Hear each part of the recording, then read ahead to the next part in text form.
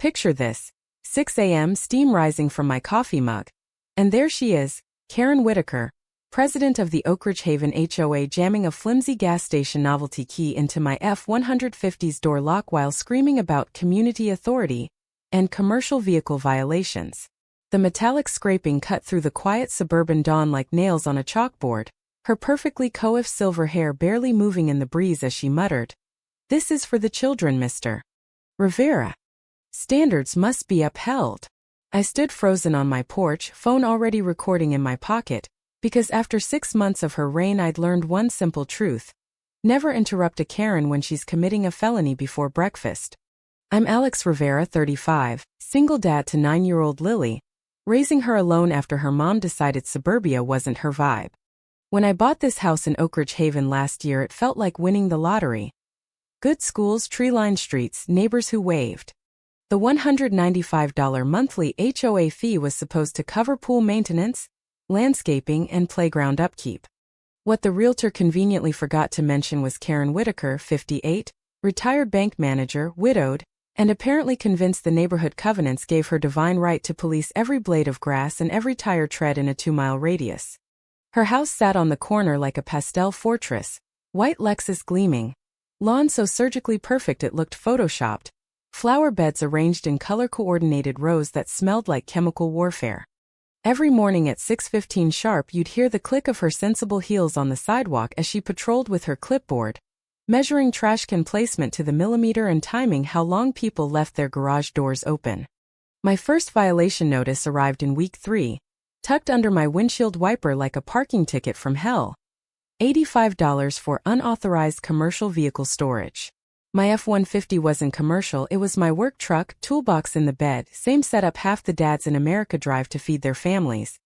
But according to Karen's personal interpretation of the bylaws, anything with a ladder rack counted as a rolling eyesore that tanked property values. I paid it. Stupid move. Because in Karen's world, paying the first fine was like waving a white flag made of $100 bills. Suddenly the white Lexus cruised past our house 3 times a day. She'd slow to a crawl, peer through designer sunglasses, jot notes. Violation number 2. $110 for non-conforming holiday lighting. My simple string lights, the exact same ones glowing on 12 other houses, were suddenly garish and culturally disruptive. Never mind the life-size inflatable Santa 3 doors down that lit up the block like a Vegas casino and somehow escaped scrutiny. Violation 3. $135 for Lily's bike, obstructing pedestrian flow. The bike was chained neatly in our driveway, nowhere near the sidewalk, but there was Karen at 7 p.m. with her little measuring tape, documenting the safety hazard, while the smell of the Patel family's backyard barbecue drifted over like delicious middle finger. The whole neighborhood lived in whispered fear. Mailbox conversations went like this. Quick glance around, step closer, low voice. She fined me $400 for my flag being the wrong shade of red, then scatter before the Lexus appeared. Mrs. Delgado sold her house after a $500 fine for her RV. The Johnsons paid $225 because their basketball hoop was 6 inches over some invisible line. Dave the mail carrier got hit for government vehicle storage, even though he parked his personal sedan. But the part that really boiled my blood was watching Lily start to flinch every time that white Lexus rolled by. 9 years old and already learning that some adults weaponize clipboards. I'm an electrician. When something's short-circuiting the entire system, you don't just keep paying the bill, you trace the wires back to the source. And Karen Whitaker was about to learn she'd picked the wrong house to turn into her personal fiefdom. Month 4 is when she officially lost the plot. I was loading my truck for a hospital rewiring job when she marched across the street carrying a shiny little toolbox like she was about to perform open-heart surgery on my Ford. "I've researched universal automotive access," she announced, voice dripping with the fake politeness she reserved for public moments. "HOA emergency protocols grant me entry rights for enforcement purposes." Inside the box, a collection of cheap metal picks that still had the gas station price tag on them. $12.99, for entertainment purposes only. She'd spent actual money on what amounted to a prank gift and convinced herself it was official HOA equipment. "Ma'am," I said, phone already recording, Attempting to break into my truck is literally grand theft. She didn't even blink. Accessing community property with proper authority. Move this commercial eyesore or I'll relocate it myself. The scraping started again. Grunt, twist, metallic screech. Her designer perfume mixed with morning dew, and pure unhinged entitlement. Neighbors' curtains twitched but nobody came outside. They'd learned better. When the toy key predictably failed, she switched to accusation mode. You've tampered with the locks to defy HOA access. That's the real violation here. I dialed 911 right there. Officer Ramirez? Yeah, it's Alex from Oakridge. I've got the HOA president trying to steal my truck with a toy key. Send someone before she hurts herself. Karen's face went the color of cheap lipstick. She pulled out her own phone. I'm calling them too. This man has stolen community master keys. So now we're both on the phone with dispatch, giving opposite stories, while she stood there clutching her gas station locksmith kit like evidence of her own crime. A lawnmower started somewhere down the block.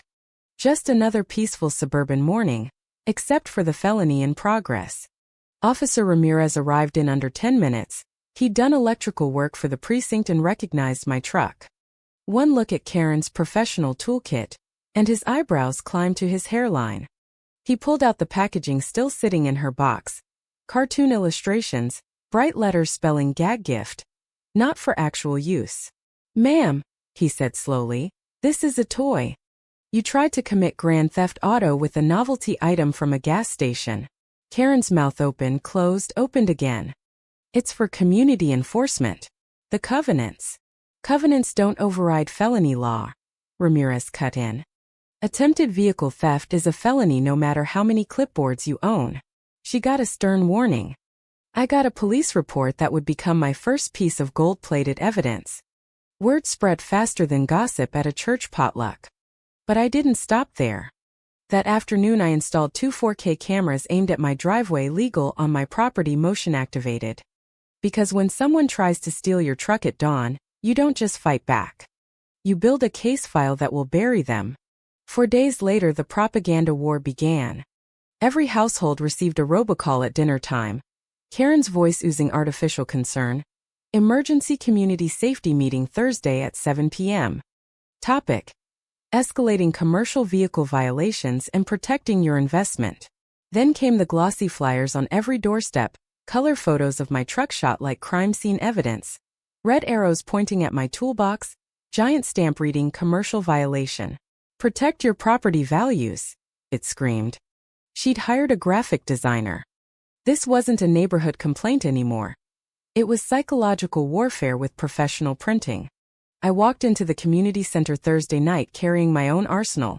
Printed bylaws, state vehicle codes, and a thick folder of time-stamped photos I'd taken during my own quiet surveillance. 12 people showed up out of 200 households. Karen had Eleanor Fitzpatrick, 72, professional busybody, planted in the front row for moral support. Ladies and gentlemen, Karen began, clicking to a PowerPoint slide of my truck that looked more detailed than satellite imagery. We face systematic destruction of community standards. Her presentation was a masterpiece of suburban madness. Timelines, GPS coordinates, photos of every work truck she'd spotted. She'd been running surveillance like this was a counterterrorism op instead of a fight over parking. I waited until she paused for dramatic effect. Karen, I reviewed every document filed with the county. There's no commercial vehicle restriction in the original covenants. Care to explain where this rule magically appeared? She fumbled papers, sweat beading under her perfect makeup. Community standards evolve. According to state law, I continued, rule changes require homeowner votes. When exactly did we vote? That's when Dave Morgan stood up from the back, holding his own folder. I pulled the county records too. Karen filed these complaints without board approval. She's been inventing rules and pocketing the fines herself. Dead silence except for Eleanor's nervous cough. Karen's voice cracked. I have full board authority. Really? Dave flipped pages. Because your late husband's pickup was registered commercial too. You fined him right up until he passed. Interesting pattern. The bomb landed. Karen had been targeting the same type of vehicle her dead husband once drove, Some twisted grief mixed with power trip. The room erupted. People started exchanging numbers, promising to dig deeper. As the meeting broke up, Karen cornered me in the parking lot, security light flickering like a horror movie. "You think you've won?" she hissed, coffee breath hot on my face. "I know exactly what kind of person you are. The kind who doesn't belong here." There it was, the mask slipping. Not about rules. About who she thought deserved to live in her perfect pastel kingdom. "Ma'am," I said quietly, "I pay my fees, follow the actual rules, and mind my business. You made this personal when you tried to steal my truck with a toy." 3 days later, a flatbed tow truck idled outside my house at 7 a.m. Benson's Towing. The driver was already photographing my F-150. "Got a call about an abandoned commercial vehicle blocking emergency access," he said, confused. Karen had forged county letterhead with fake case numbers claiming my driveway counted as public property. Document fraud, third-degree felony. The driver, Rick, recognized the scam immediately. "This lady's called 6 times this month about different trucks. Always the same story. She already cost us 15 grand in legal fees once." He handed me copies of every fraudulent order. Now I had proof she wasn't just harassing me. She was running a systematic vehicle theft operation disguised as HOA enforcement. That night my cameras caught her masterpiece. Karen in designer pajamas and a windbreaker, crawling around my truck at midnight with a full surveyor's kit. Measuring tape, level, notebook. She measured the distance from my tire to the property line 17 times, muttering, 6 inches into the easement, definitely commercial encroachment, emergency removal justified. The footage was pure comedy gold if it weren't terrifying. Wednesday brought the next escalation. Eleanor filed a formal county complaint using Karen's fake measurements and photos, claiming my truck posed imminent safety risks. Filing false government reports with forged documents, another felony. The community was finally waking up. Neighbors started slipping me notes about similar harassment. Then Thursday morning, Karen marched out carrying a bright yellow car boot, the kind parking enforcement uses, and tried to clamp it on my rear wheel in broad daylight. "Immobilizing an illegally parked commercial vehicle pending removal," she announced, struggling with the mechanism. I dialed 911 again while she wrestled the boot. "She's physically trying to steal my truck right now." The real explosion came when my buddy Travis, upgrading the community center electrical panel, found a dusty cardboard box wedged behind the main breaker marked confidential board records. Inside, bank statements, invoices, and a folder labeled Karen Whitaker, authorization issues. The previous president had documented everything before fleeing to Arizona.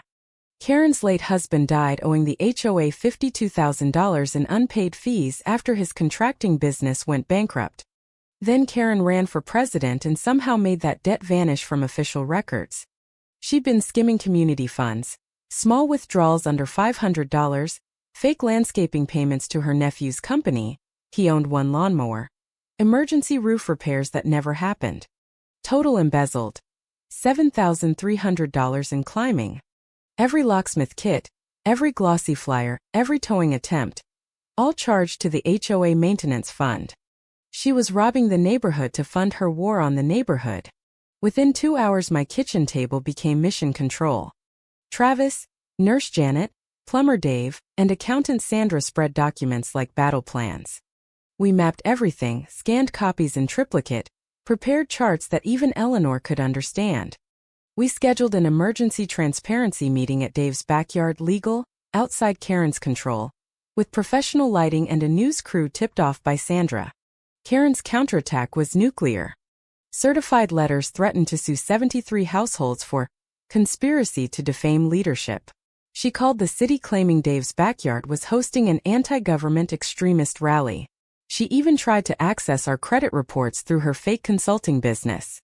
Wednesday afternoon my cameras caught her trying to break into my backyard gate carrying another manila folder, muttering about planting evidence for compliance. But her biggest mistake came Friday when she showed up at my employer claiming I was using company equipment for harassment activities. My boss laughed and called her back. "Lady, he's fixing your community center wiring next month. Unless you want us to bill the HOA for all those fake repairs." Saturday morning, the Channel 7 news van arrived for our scheduled interview. Karen spotted it from her fortress and lost it completely. Screaming in my driveway while the locksmith she'd hired to inspect my house stood there embarrassed.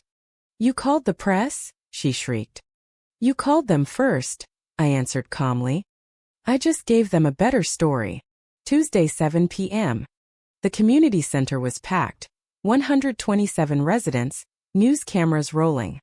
Karen arrived late in full Supreme Court armor, briefcase probably full of more forgeries. She tried to control the agenda. "We're here to address organized harassment by outside agitators." Sandra stood up. "Point of order. We're here for the financial transparency required by state law. Reports you haven't provided in 18 months. The charts went up. Missing money. Fake vendors. Timeline of harassment expenses charged to the HOA." The room went dead quiet. Then I played the security footage on the big screen. Karen crawling around my truck at midnight, trying to boot it, forging documents, talking to herself about imaginary regulations. "That's not, I was," she stammered as 127 neighbors watched her commit crimes in 4K. Eleanor stood up shaking. "I resign from this board effective immediately. This is wrong." Karen's last ally abandoned ship on live television. Officer Ramirez stepped forward. "Mrs. Whitaker, you're under arrest for embezzlement, filing false reports, document fraud, and attempted theft of a motor vehicle." The handcuffs clicked. Karen screamed about conspiracy and stolen authority all the way to the squad car, while the entire neighborhood applauded. 3 weeks later, Oakridge Haven felt like a different place. New board elected. Monthly financial reports posted online. Dues dropped $35 because actual maintenance happened. The playground got new swings paid for with recovered funds. Lily rides her bike without flinching. Neighbors wave again. Karen's house went into foreclosure. She pled guilty and got 18 months. A restraining order keeps her away from me and Lily forever. But here's the question that still keeps me up at night. Was I the villain for parking my work truck in my own driveway? Or was Karen the real criminal? A woman who stole from every neighbor to protect her fragile little throne? Drop your answer below. Who was really in the wrong here? Because sometimes the biggest threat to a perfect community isn't the guy with the toolbox. It's the Karen with the clipboard. Thanks for watching. If this HOA Karen takedown made you laugh through the rage, smash that like button and tell me your own nightmare story in the comments. New episodes every week. Subscribe so you never miss the next suburban dictator getting exactly what she deserves. Knowledge is power and power belongs to the people, not the clipboard queens. See you in the next one.